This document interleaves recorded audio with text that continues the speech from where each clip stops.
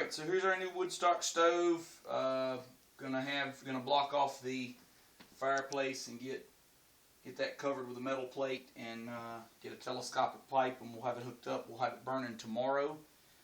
But here it is in copper and charcoal. And so if you wanted to know what charcoal and copper looks like, this is charcoal and copper. And if, come in close so we can see. Come in close so they can see. This is black. This is a little hand you get for your center burner. And so if you want to see the difference between black and charcoal, bring it in. You can tell. Up above. So I'm going to come in. See the difference between black and charcoal? So if you're interested in the difference between black and charcoal, there's black and charcoal. You get this funny little hand, and all it's for is for getting your center burner up, I guess, if your center burner's hot. I've already screwed up once, so be careful. You go to lift up your catalytic cover and don't pick this up, and it goes plam and clang, and it's really, don't giggle. My camera woman is giggling because she was here when I did it. And yeah, anyway, we made a real mess. Don't ask. So you take that off, and that exposes this heat shield here. You lift this guy up. It sits in this nice lip. You've got this nice big gasket. There's this giant metal plate here, this big metal plate covering your catalytic.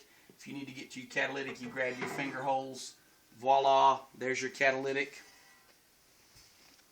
If you need to clean your catalytic, you just lift it out. It's got a gasket underneath, just like the top. And here's your catalytic, metal foil catalytic. It's got this piece here welded into it, so it's one piece. You buy right from Woodstock. You can clean that out. You put that back in. It just drops in. It's easy as pie.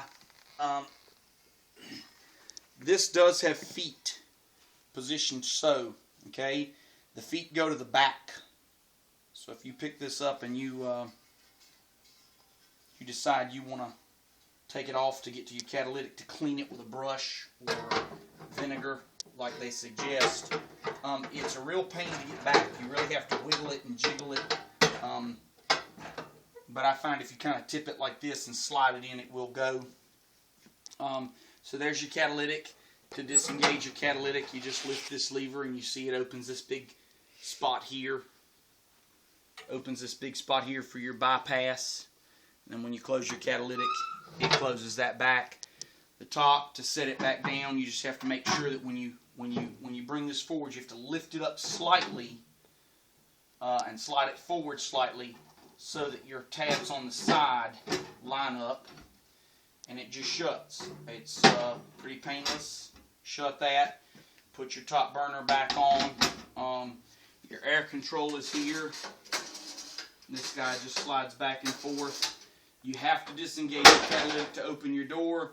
Door opens to about 100 degrees. That's as far as it opens. It won't go any further. So if you're interested in how far the door on the Woodstock opens, it's not much past 90. Here are the andirons. We had the little does for the andirons. They flip forward. You can see, come in real close so they can see how thick those are. They are very thick, heavy andirons, just as a comparison with my hand. There's your andirons. Couple of cool things. You open this guy up to burn it. It's got a little switch right here. There's a little switch right here. You hit that switch, smoke screen comes down. That keeps smoke from rolling out of your stove.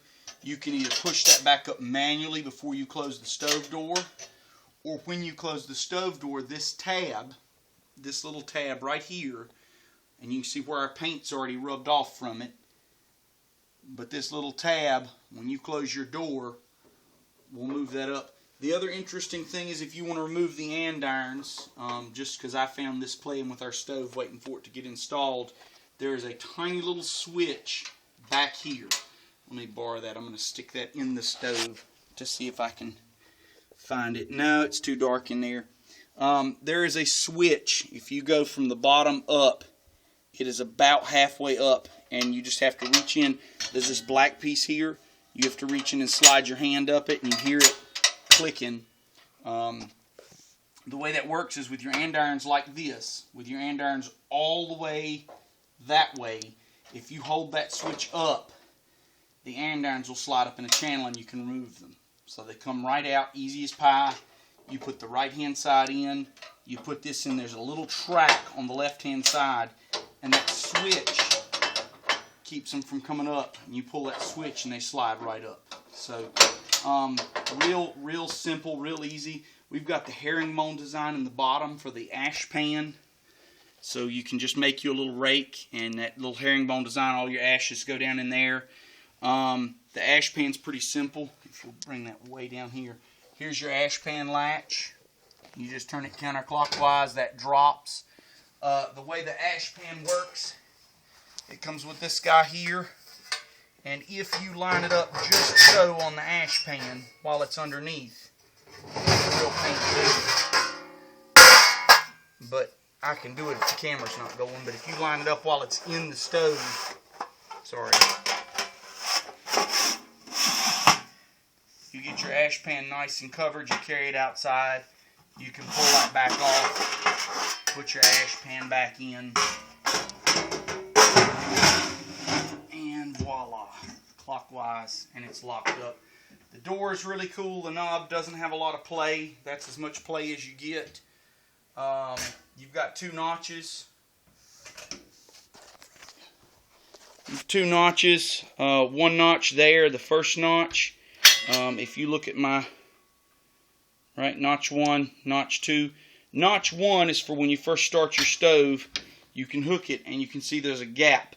Lets some extra air in. Notch 2 on the other hand is a lot tighter. You really have to push this door to get it shut. Whew.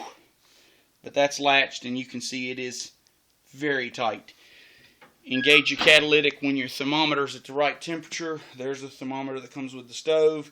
You see my deer antlers here, and then our side medallions here. We decided with the whitetail deer design. Really cool little stove. It came out of the box, top vented. Take these 4 bolts out and move this big heavy collar to the back. There was a cover on the back, a flat cover on the back, 2 screws hold it on. That's about it. This is the Woodstock soapstone stove. Open this up again. If you look, you'll see the soapstone on the sides and the back, fire brick on the bottom, big stainless steel. You can't really see in there. Big stainless steel plate at the top for the hybrid or the secondary tubes. So here, I'll give this back to you for 1 second. I'm a terrible cameraman. I got my hand all in the frame. Come in here so they can see the. So here's the. I took the top off. Here's the side panel. If you want to take a side medallion out, you just lift up slightly. It's got these 3 tabs. And this, of course, I picked the side that doesn't like to come out. But the top tab you see is like that. You put it in, you twist it, and the bottom tab's just got these little hooks on it. So you put it in, and you hook it there and there, let it slide down. If you want to take the whole panel off, you grab underneath the panel, pull it off. It's got that big piece of soapstone underneath, and that's what it looks like. We're on setting number 4 of 5 height-wise. That works out really well for our flue.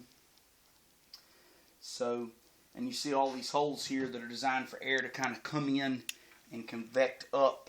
And they don't really show up well on this. Yeah, well, that's okay. But if you order one, you'll see lots and lots of holes up here in the top and here on the side. It's kind of dark in here. It doesn't show up well. Our stove room's very dark. But the way this works, if you look at the back of this copper panel, you'll see these 2 tabs here and here. Yeah. These 2 tabs here and here. Those hook under here. And then there's 2 little hooks here.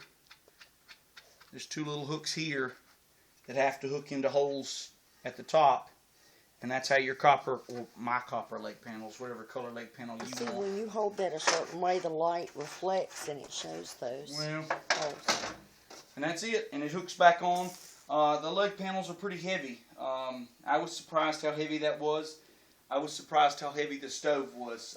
But it's beautiful. We pulled an older stove out to put this one in place of it, and This one weighs more than double what the old one weighed, so it was a real bear to get in. We debated between this one and the Progress Hybrid, and I'm actually really glad we didn't buy the Progress Hybrid as heavy as this one was, because I think the Progress was another 200 pounds, and wow, this one was heavy.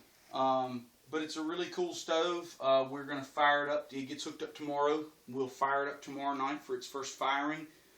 So I'll be posting and letting you know how that goes. All right. One other thing, just to get a close up of the. This was an improvement from the beta models, is they cut this scale into the ash lip here, which I thought was really cool. And so you kind of, there's a quarter open, there's a half open, there's 3/4 open, and there's wide open. And so you kind of get a feel for, and there's there's divisions of 4 in here, so you can say, well, you know, we're on, that's 4, so 6 tick marks. You know, we make a little spot here, and so, well, that's where we want our, that's where we like to run our stove or whatever. So, and we'll figure out where we want to run it and how it runs, and I'll be posting some more, but just kind of just wanted to do a quick thing of the new stove before it gets ugly and dirty and and gets put into service. So I'll let you guys know how it's working.